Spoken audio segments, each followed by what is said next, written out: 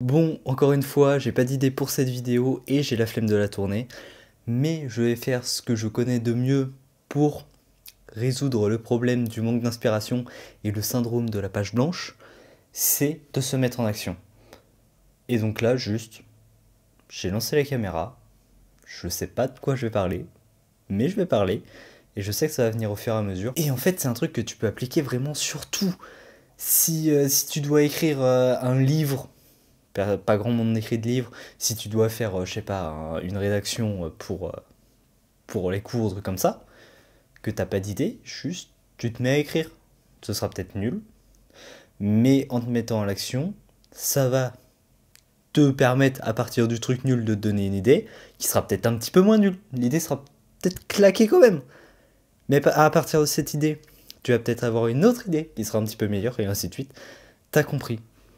Pareil, si tu dois faire du montage et que t'as pas d'idée pour ta vidéo, je sais pas, ou que t'as pas d'idée pour le scénario de la vidéo, juste tu te mets en action. Tu commences, même si t'as pas d'idée, tu fais le premier truc qui te passe par la tête. Même si c'est claqué, et à partir de là, avec les idées divergentes, tu vas pouvoir réussir à avoir quelque chose d'un peu potable, ou au moins t'auras une base sur laquelle te baser pour faire quelque chose de stylé après. Donc là, voilà. Me voilà. Non, franchement, si, c'est vraiment cool les retours par rapport au mini-film que j'ai sorti.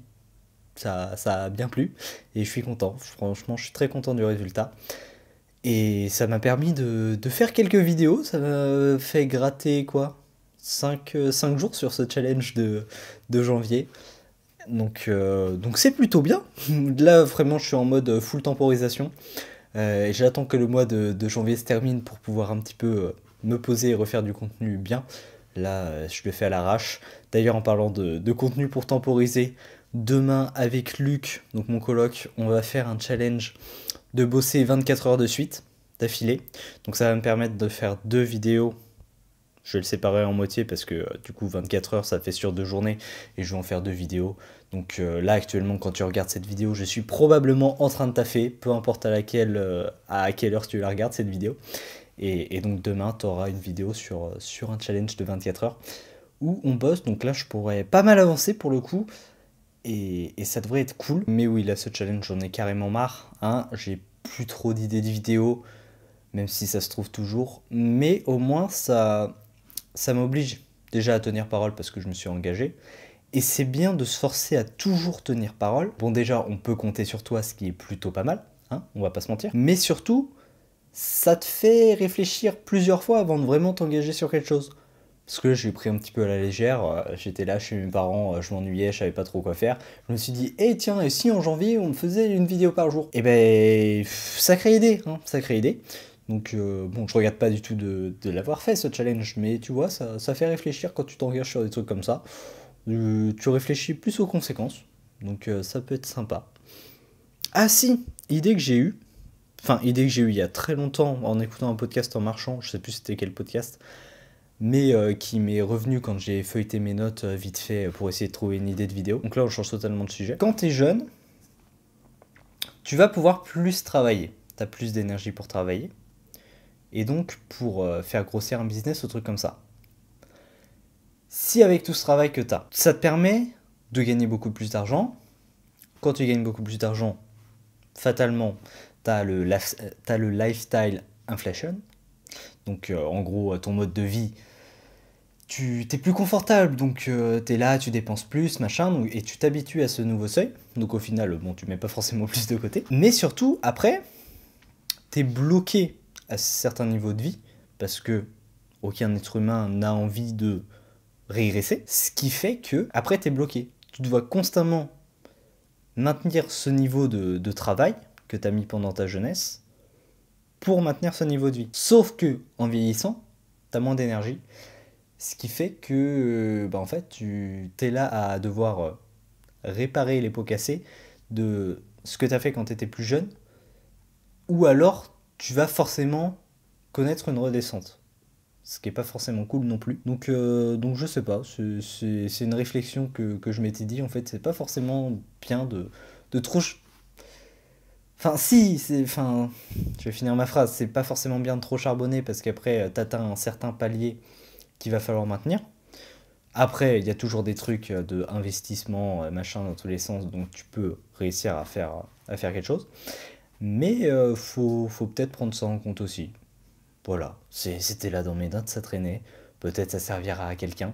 Et tu vois, c'est le même principe de... Donc ça, c'est ce que j'avais lu dans Sapiens de Noah Yuval Harari. Super livre, hyper intéressant sur toute l'évolution de l'humanité. Et tu vois, quand l'humanité est passée d'un mode de chasseur-cueilleur à l'agriculture, ça a permis d'avoir beaucoup plus de population, de nourrir plus de monde, donc d'avoir un nombre d'humains sur la Terre maximum plus élevé que quand on était chasseur-cueilleur, mais ça demandait beaucoup plus de travail que juste d'aller ramasser les petites plantes et au fur et à mesure et d'éclater un lapin ou deux quand il passait devant ta caverne.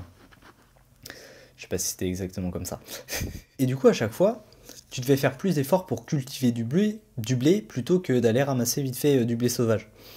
Mais tu avais quand même plus de rendement. Donc à chaque fois, la population grossissait. Et plus la population grossissait, plus il fallait de nourriture. Et donc tu étais obligé de travailler constamment. Et à la fin, tu pouvais plus faire de retour en arrière. Parce qu'en fait, même si ça te demandait des efforts énormes, si tu faisais un retour en arrière et retourner à des chasseurs-cueilleurs, ça ferait obligatoirement descendre la population globale. Donc en fait, il faudrait laisser mourir des personnes de faim. Ce qui est compliqué. Qui va se sacrifier et machin. Donc t'avais pas de retour en arrière possible à ce moment-là. Et donc bah, t'étais bloqué. Après, bon, au final, c'est pas trop mal passé vu comment l'humanité s'est développée. Mais, euh, mais ça m'a fait penser à ça, de rapprocher les deux idées. Après, quand tu t'habitues à un certain seuil, tu peux plus retourner en arrière.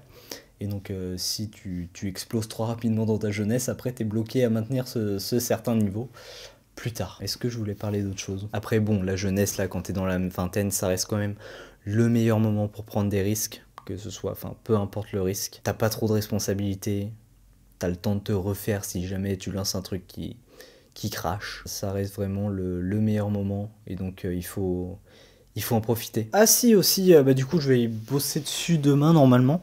Donc j'en parlerai sûrement plus demain, mais du coup, pour l'accompagnement que j'ai envie de faire du coaching, mais j'ai envie de faire donc du coaching plus en productivité, tout ça, et genre exploser tes projets.